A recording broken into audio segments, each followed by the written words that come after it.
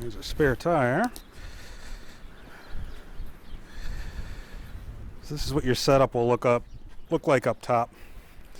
It's basically the T or J, 2 extensions, that's it.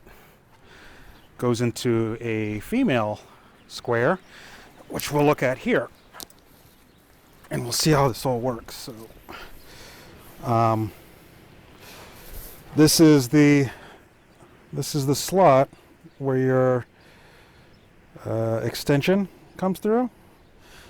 So it comes through right there, goes here, goes to this piece of sheet metal in your car, goes to this other metal bracket, and it ends up right here.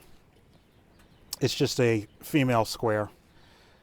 So you're sticking the male square to the female square, and then it's just a pulley attached to a chain, and the chain will raise or lower this, which connects to the center hub of your tire with this protrusion here, I believe, going through one of your lug nuts.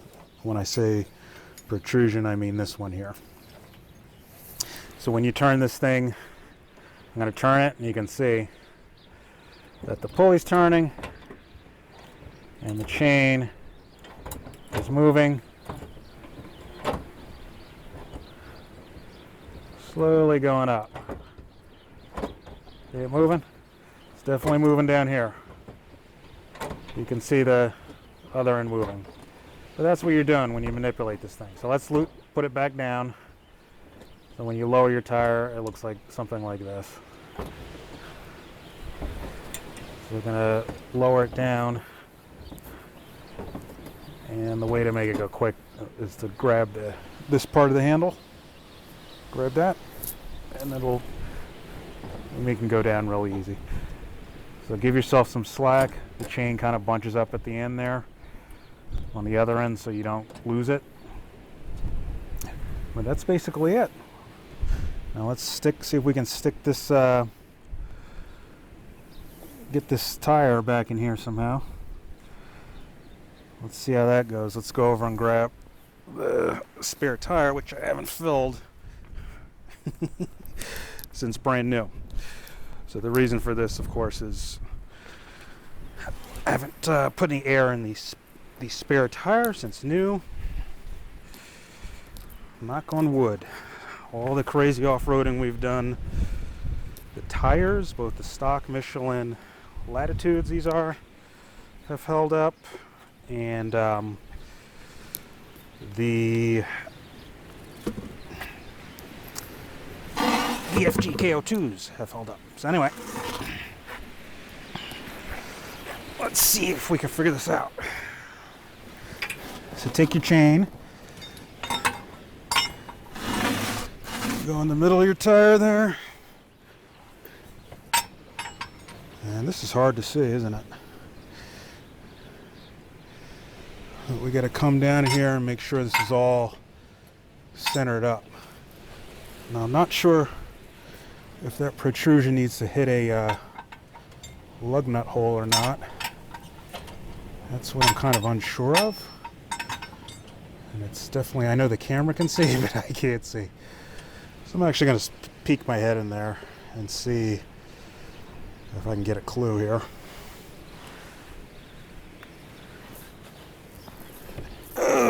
No guarantee I will. Oh, this is contorted. Alright, so I just want to see if this has to hit a lug nut hole.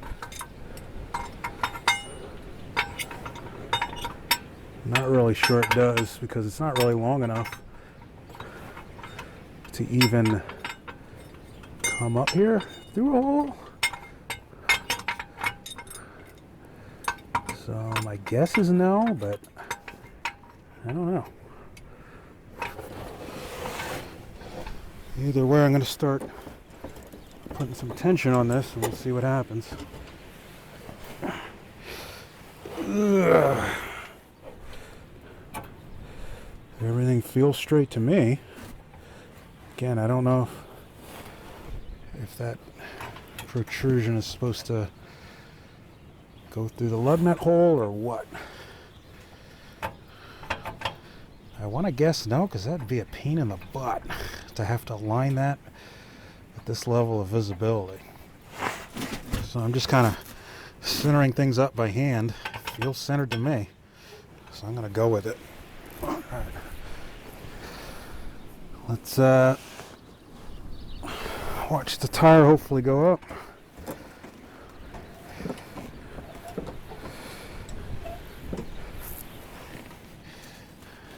Just kind of feeling it, how it feels like. I've never done this before, as you can tell. Guess that's good, right? We'll find out. I think it's kind of spring-loaded at the bottom. So as I bring this tire up to the top, it should have some spring tension on it. So, oh, I can see from the bottom. That'll be cool. Let's stick our heads under here, see what we see. So there's a little bit of chain slack hanging out, but that's normal. Oh, let's see here, as you can see. All right. So you can see this is the chain that you see hanging out. This spring here, once we get this going up, that should keep tension on the whole mechanism. So that's why this tire doesn't bounce when you go up and down the road, because it's already spring loaded. And this protrusion here, again, I really want to know if that's supposed to go in that hole, in a hole or not, but I can't tell. Maybe it is, maybe it isn't. I don't know. Maybe it's supposed to sit. See these things? These other like areas? I don't know. I'm just having fun with this thing. All right, let's look. Ooh, there, I can twist it around a little bit, so I want to think.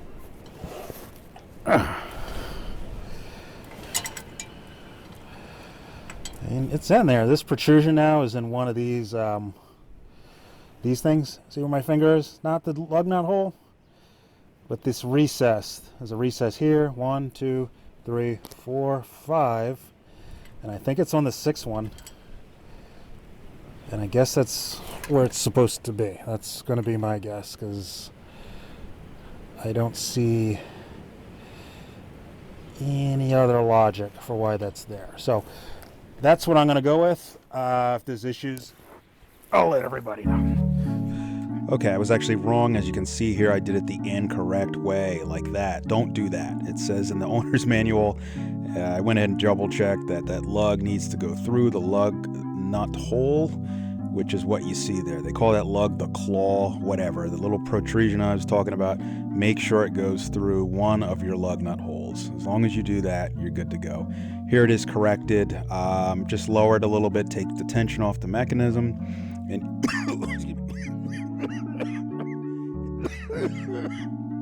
sorry about that. And you can see that this lug will go into one of the holes there. So just make sure it goes in one of those lug nut holes, and you're good to go.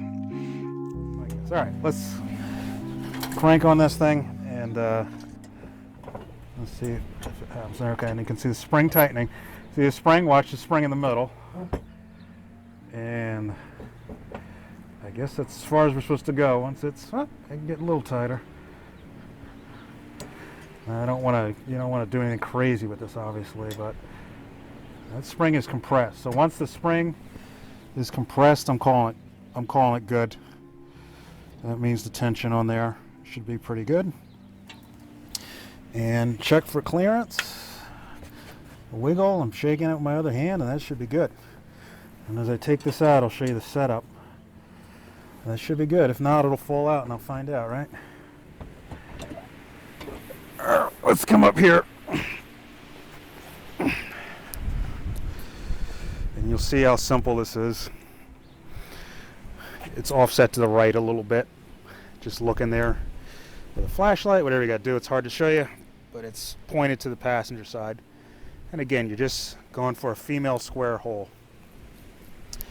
Now all this is the, oops, it already came apart. The J or a T if you want to call it, but I guess technically it's a J, to extension number 1, hand screw, extension number 2, hand screw. J, extension, whatever you want to call it. Thumb screw, set screw, 2 set screws, that's it. That goes in your kit, that goes in your kit, and that's it. You're done. That's all there is to it. Put on your little plastic cover, and that should be it. Oh, look, it has a little arrow to tell you. Isn't that helpful, Lexus, to tell you to go that way a little bit? And you can see your tire here too, and you can kind of check the tension of it if from the top here if you pull this cover off. So that's very helpful. All right, so just snap this thing back on. All your tools fit in here. Some people's come with a flathead apparently, but mine didn't, or this one didn't, whatever. But all this fits right back in here, nice and snug. I'm gonna put this hand screw back in like that, and all this is in your toolkit area, which is right here. Don't lose your set screws. Make sure they're in and not loose. Though I presume you could still do all this with loose set screws. I mean, you don't need a lot of torque on this or whatever. Okay. 2 extensions, blah blah blah, and that's it. Nice little toolkit, right? So that's all it takes. The point of this video again is for people who want to see the mechanism. I understand, everybody knows, you know, you just pull something, you know, they know how to do this. They may understand what they're supposed to do, but I wanted to show the mechanics behind it, because that will really show you just how dead simple the system is and how easy it is for anybody to do it. Lock 1. Probably shouldn't be banging on that. Let's try that again. What are we hitting here? What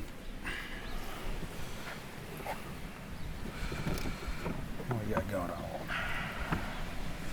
I think it might be, that's probably down here. This bottom extension probably wants to be rotated up. The set screws in the way, basically. Anyway, you get the idea. Just put your stuff back until it works. But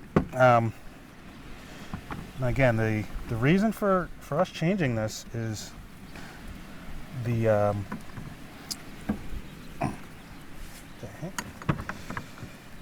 maybe I have these extensions backwards. All right.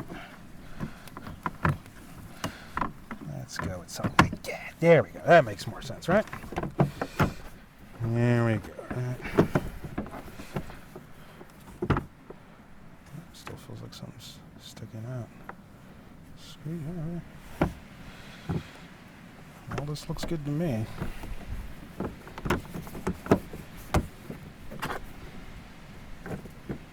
There we go.